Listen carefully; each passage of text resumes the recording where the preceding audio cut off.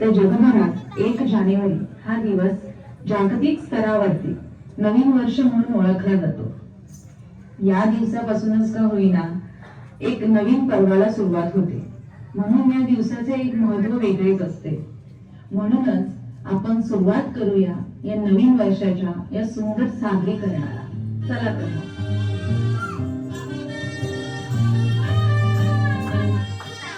शुभारंभ हो शुभारंभ मंगल बेला आई, सपनों की बहरी में दिल की बाजी रे शहनाई शहनाई शहनाई। ख्वाबों के बीच कटी जमीन पे हमको बोना है, आशा की मोती सांसों की माला हमें पिरोना है, अपना बोझ भूल के साथ ही हमको ढोना है शहनाई। पहिला सण येतो मकर संक्रांतीचा, जो भारतात विविध राज्यांमध्ये वेगवेगळ्या नावांनी ओळखला जातो. महाराष्ट्रामध्ये संक्रांत, तर तामिळनाडूमध्ये पोंगल, आसाममध्ये बिहू आणि पंजाबमध्ये लोहरी म्हणून साजरा केला जातो. याच सणापासून का होईना एक नवीन हंगामाला सुरुवात होते आणि गुजरातमध्ये तर उत्तरायण, उत्तर प्रदेशमध्ये खिचडी म्हणून ओळखला जातो. तर या सणाच्या साजरीकरणाला आपण सुरुवात करूया.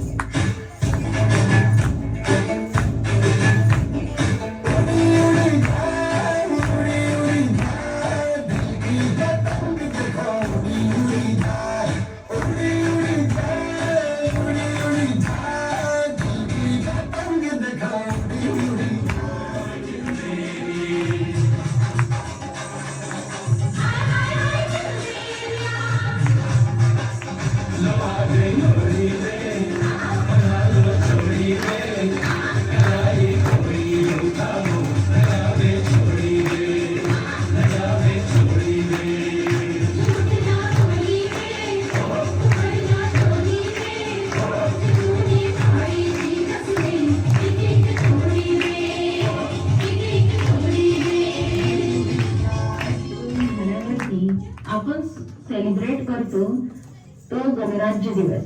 खरं तर 26 नोव्हेंबर 1949 रोजी भारताचे संविधान स्वीकारण्यात आले, परंतु 26 जानेवारी 1950 रोजी हे संविधान अंमलात आले. म्हणजेच याच दिवशी आपला देश लोकशाही म्हणून प्रजासत्ताक बनला. म्हणून 26 जानेवारी हा दिवस आपण प्रजासत्ताक दिन म्हणून साजरा करतो. आज आपण जे स्वातंत्र्य अनुभवत आहोत यासाठी कितीतरी देशभक्तांनी आपल्या प्राणांची आहुती दिली आहे. आपल्याला हे स्वातंत्र्य एवढ्या सहजासहजी मिळालेले नसून त्यामागे शेकडो वर्षांचा स्वातंत्र्याचा लढा आहे. देशाला स्वातंत्र्य मिळवून देण्यासाठी कितीतरी सैनिकांनी आपल्या संसाराची राख रांगोळी केली आहे. म्हणूनच त्यांच्या या बलिदानाला आठवण करून देण्यासाठी आपण त्यांचं सादरीकरण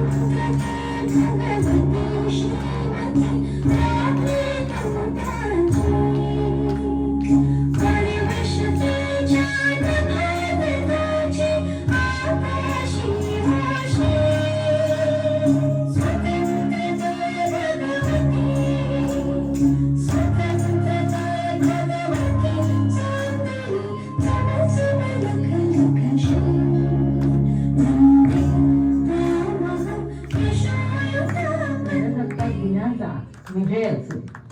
चला, प्रजासत्ताक तर सेलिब्रेट करून झाला. आता वेळ येते ती महाशिवरात्री सेलिब्रेट करण्याची. महाशिवरात्री म्हणजे काय तर पृथ्वीवरील 1 वर्ष म्हणजे स्वर्ग लोकातील 1 दिवस असतो असे मानले जाते. शिवरात्रीच्या या एका प्रहारी शिव भगवान विश्रांती घेत असतात. महाशिवरात्रीच्या दिवशी भगवान शिव विशेषतः आपल्या जवळ असतात. जो कोणी पूजा करतो, रात्री जागरण करतो, त्याला त्यांचा विशेष आशीर्वाद मिळतो. दरवर्षी फाल्गुन कृष्ण पक्षाच्या चतुर्थीला महाशिवरात्री साजरी केली जाते. त्याची एक झलक आपण तुमच्या समोर साजरी करणार आहोत.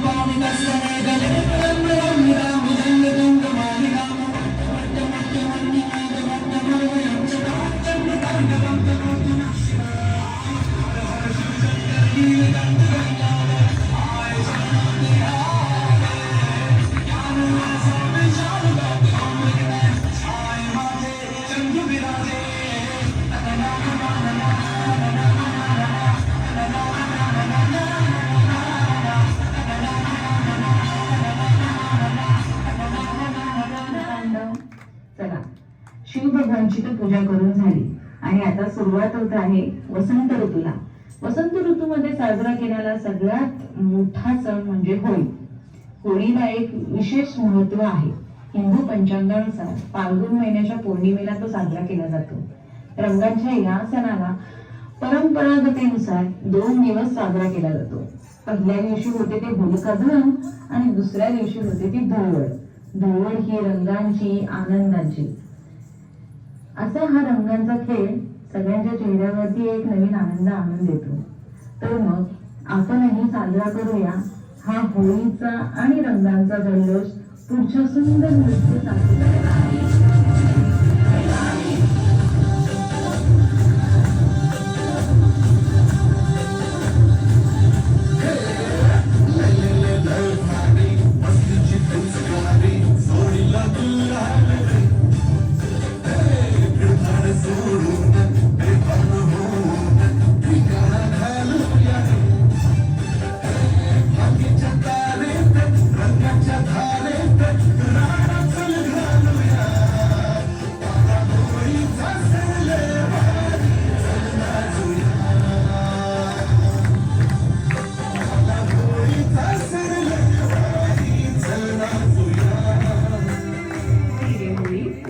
पोळी.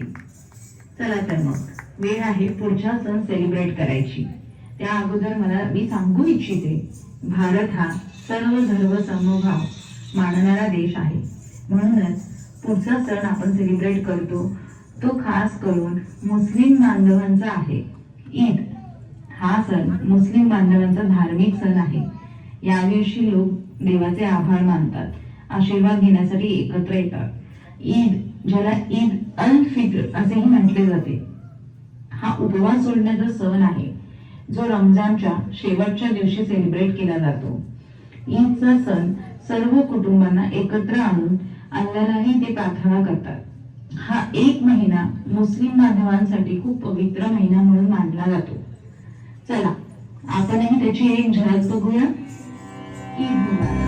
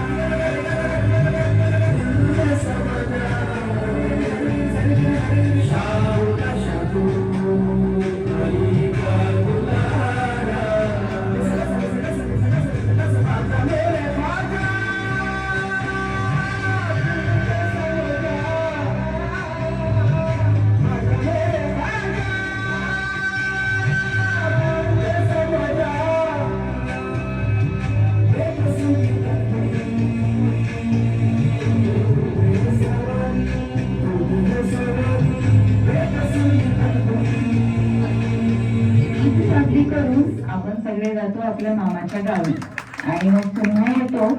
त्यावेळेस सुरू होतो पावसाळा आणि पावसाळ्यातला पहिला सण येतो तो आषाढ कृष्ण पक्षात येणाऱ्या एकादशीच्या तिथीला. आषाढ एकादशीचे व्रत करण्याचे पुण्याचे समजले जाते. धार्मिक मान्यतेनुसार आषाढी एकादशीच्या दिवशी भगवान विष्णू क्षीरसागरात शेषनागावर झोपी जातात. त्यामुळे या एकादशीला देव शयनी एकादशी असेही म्हटले जाते. इथून पुढे चालू होतो तो चतुर्मास. आषाढ महिना सुरू झाला की वारकरी संप्रदायातील भक्तांना आपल्या विठुरायाला भेटण्याची आस लागते. म्हणूनच टाळ मृदुंगाच्या गजरात लाखो वारकरी पंढरपुराकडे प्रस्थान करतात. त्याची एक छोटी झलक आम्ही पुढच्या सादरीकरणातून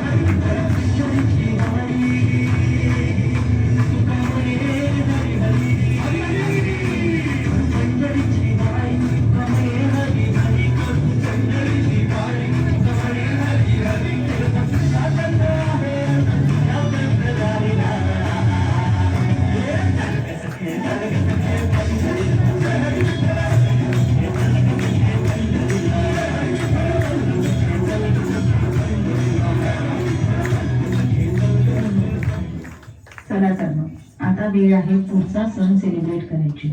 मी सण नाही म्हणणार, ही महत्वाचा दिवस आहे. भारताच्या इतिहासात स्वातंत्र्य दिन हा महत्वाचा दिवस आहे. दरवर्षी 15 ऑगस्ट रोजी भारतात स्वातंत्र्य दिन उत्साहाने साजरा केला जातो. सगळीकडे ध्वजारोहण होते. शाळा, सरकारी ठिकाणी तिरंगाही फडकविला जातो आणि राष्ट्रगीतही गायले जाते. पुन्हा एकदा आपल्या देशासाठी ज्यांनी बलिदान दिले आहे त्यांची आठवण करून देण्यासाठी आपण हा दिवस साजरा करतो. तर मग पुढचं सादरीकरण त्या सगळ्यांना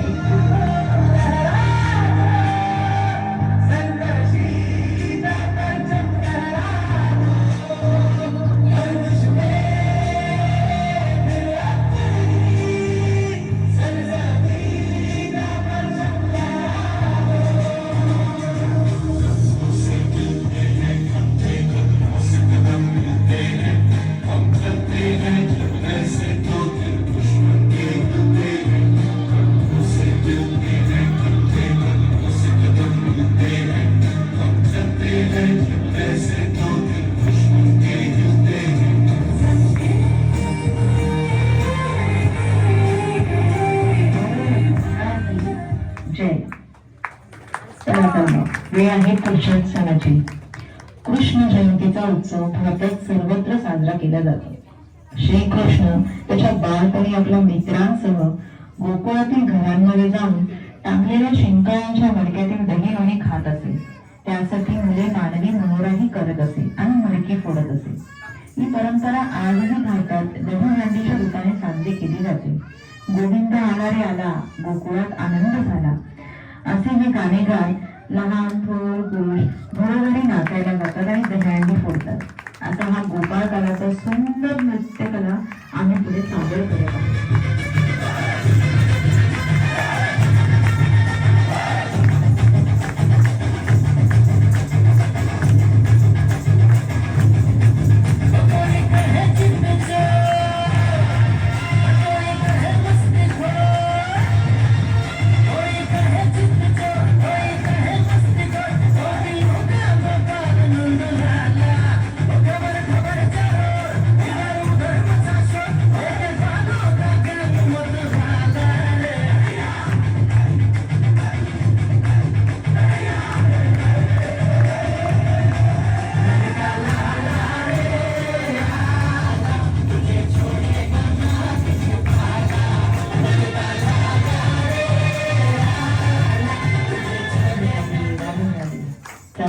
श्रीकृष्णाचा उत्सव तर झाला. आता वेळ आहे पुढच्या सणाची. तुम्ही तो ओळखलाच असणार आहे, तुमचा आमचा सगळ्यांचा आवडता गणपती बाप्पा मोरया. तर मराठी भाद्रपद महिन्यातील शुक्ल पक्षाच्या चतुर्थीला हा एक धार्मिक व्रत म्हणून साजरा केला जातो. गणेशांच्या अनेक अवतारांपैकी एक अवताराचा जन्म भाद्रपद शुक्ल चतुर्थीला झाला होता असे मानले जाते. भारतीयांना एकत्र आणण्यासाठी आणि विचारांची देवाणघेवाण करण्यासाठी सार्वजनिक गणेशोत्सवाची सुरुवात लोकमान्य टिळकांनी 1894 साली केली होती. या काळात गणेशाच्या उपस्थितीला अनेक धार्मिक आणि सामाजिक सार्वजनिक कार्यक्रम केले जातात. आज हा सण महाराष्ट्रात एक मोठा सण म्हणून साजरा केला जातो. मुळात हा सण जिथे जगत आढळतो त्याची एक छोटी झलक का होईना आम्ही तुमच्या समोर साजरी करतो.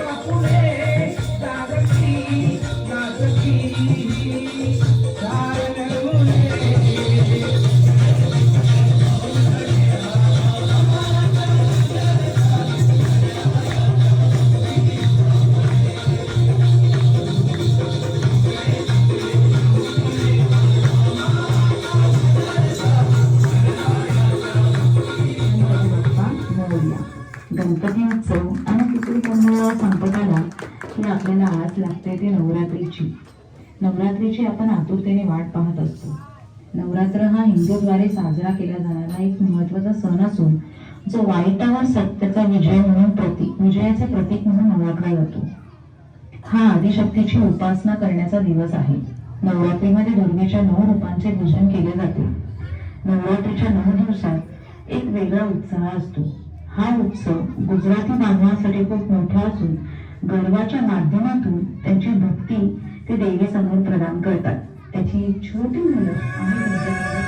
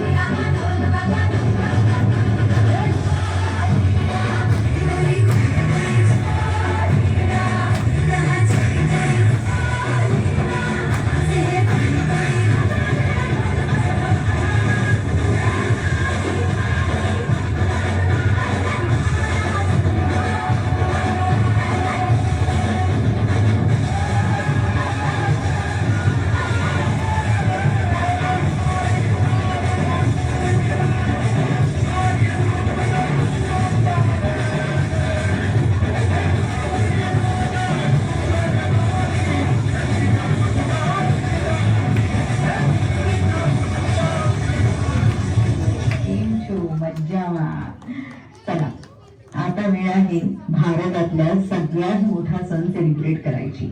तो म्हणजे दिन दिन दिन दिन दिवाळी.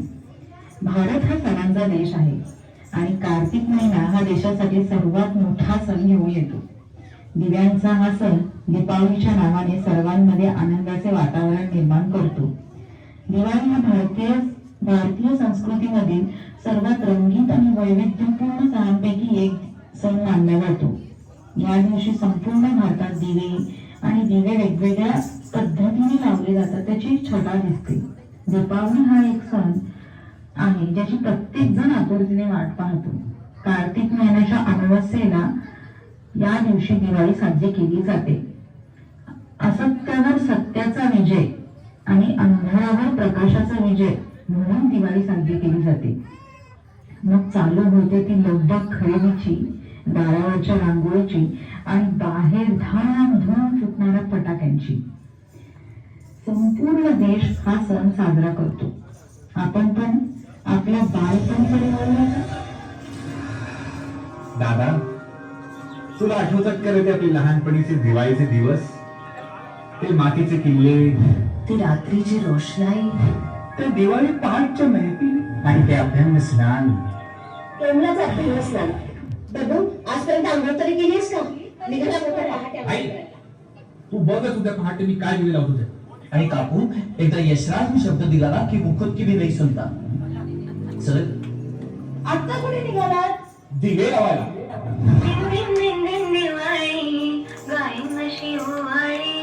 आनंदाचं झाडदारी झुलते डाळी.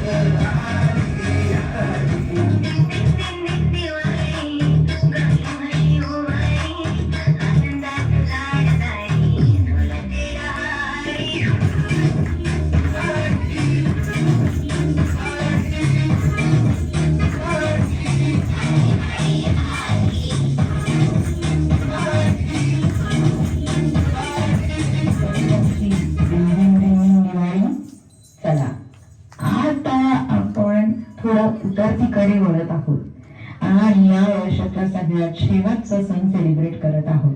तो म्हणजे जिंगल वेल नाताळ किंवा ख्रिसमस.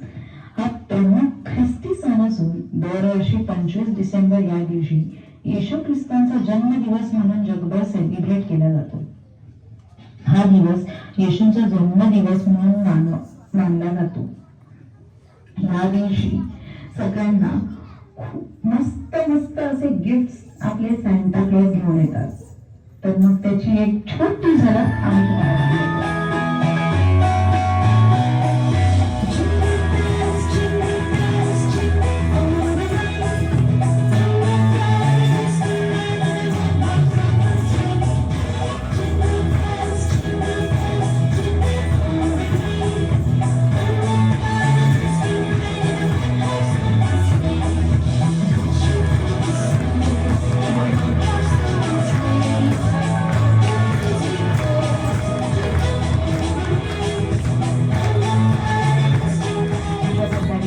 वर्ष संपलं, पुन्हा नवीन कॅलेंडर, पुन्हा नवीन आठवणी, पुन्हा नवीन सेलिब्रेशन. अशा प्रकारे आम्ही एक संदेश देत आहोत की भारत हा विविधतेने नटलेला देश आहे. भारतात विविध धर्म, संस्कृती, जाती, पंथ इत्यादी लोक एकत्र राहतात. या व्यतिरिक्त शतानुशते एकत्र असून भारतीय लोकांची तीव्र सहिष्णुता आणि एकता नक्कीच दिसून येते. म्हणूनच भारत हा विविधतेने नटलेला देश आहे. भारतात हिंदू, बौद्ध, जैन, शीख, ख्रिश्चन, इस्लाम अशा विविध धर्मांचे अनुयायी आहेत.